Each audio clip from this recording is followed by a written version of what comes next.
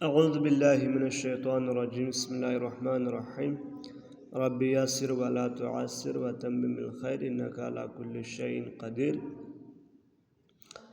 سب سے پہلے آپ تمام اسٹوڈنٹس خیریت و عافیت کے ساتھ ہوں گے۔ اس کے بعد آج اردو الف کا تیسرا درس۔ پہلے دو درس میں ہم نے حمد کی تعریف اور اشعار کی تشریح دیکھی تھی۔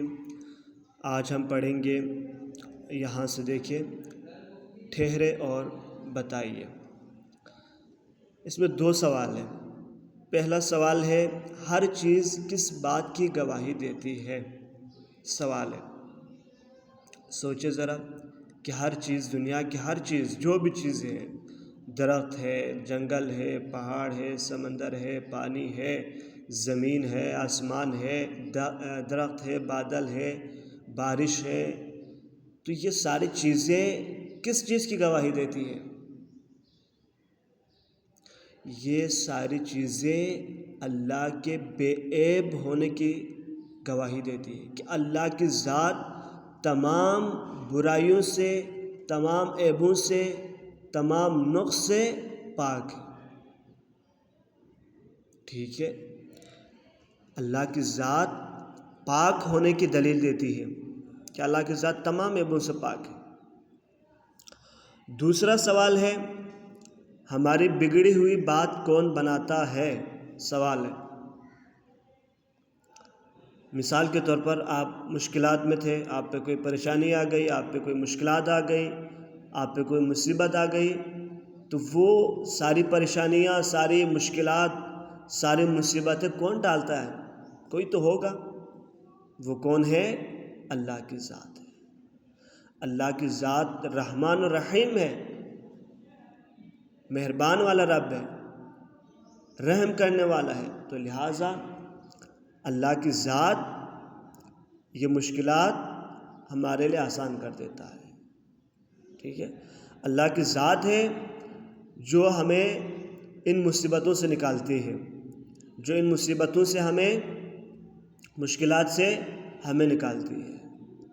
ٹھیک ہے، تو یہ دو سوال یہاں پہ تھے، اور اس کے نیچے آپ دیکھیں، ہم نے سیکھا، اس میں پہلا ہے، دو تین نکات ہیں، ان میں سے پہلا ہے، اللہ تعالیٰ کا نام برکت والا ہے۔ ہم نے اوپر شعر میں پڑھا تھا کہ نام ہے تیرا برکت والا۔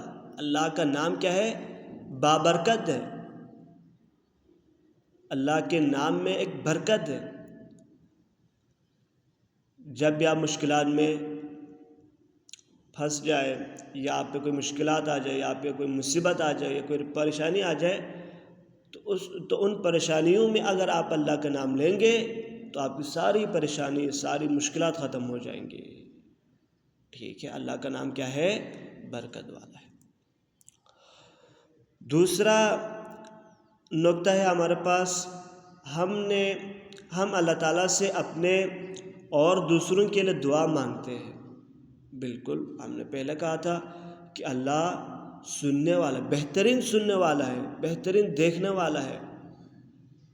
ٹھیک ہے، تو ہم اللہ سے اپنے لیے، سب سے پہلے تو ہم دوسروں کے لیے دعا مانگیں گے، مومنین کے لیے دعا مانگیں گے۔ ٹھیک ہے، دوستوں کے لیے، رشتہ داروں کے لیے، والدین کے لیے، ٹھیک ہے، ان کے لیے جو ہم دعا مانگیں گے، پھر اس کے بعد ہم اپنے لیے دعا مانگیں گے، کیونکہ جب دوسروں کے لیے دعا مانگیں گے، پھر اپنے لیے جو دعا مانگی جاتی ہے، تو پھر ہماری دعا جو ہے قبول ہو جاتی ہے۔ ٹھیک ہے، یہ نقطہ کیا ہے کہ ہم اللہ تعالیٰ سے اپنے لیے اور دوسروں کے لیے دعا مانگتے ہیں۔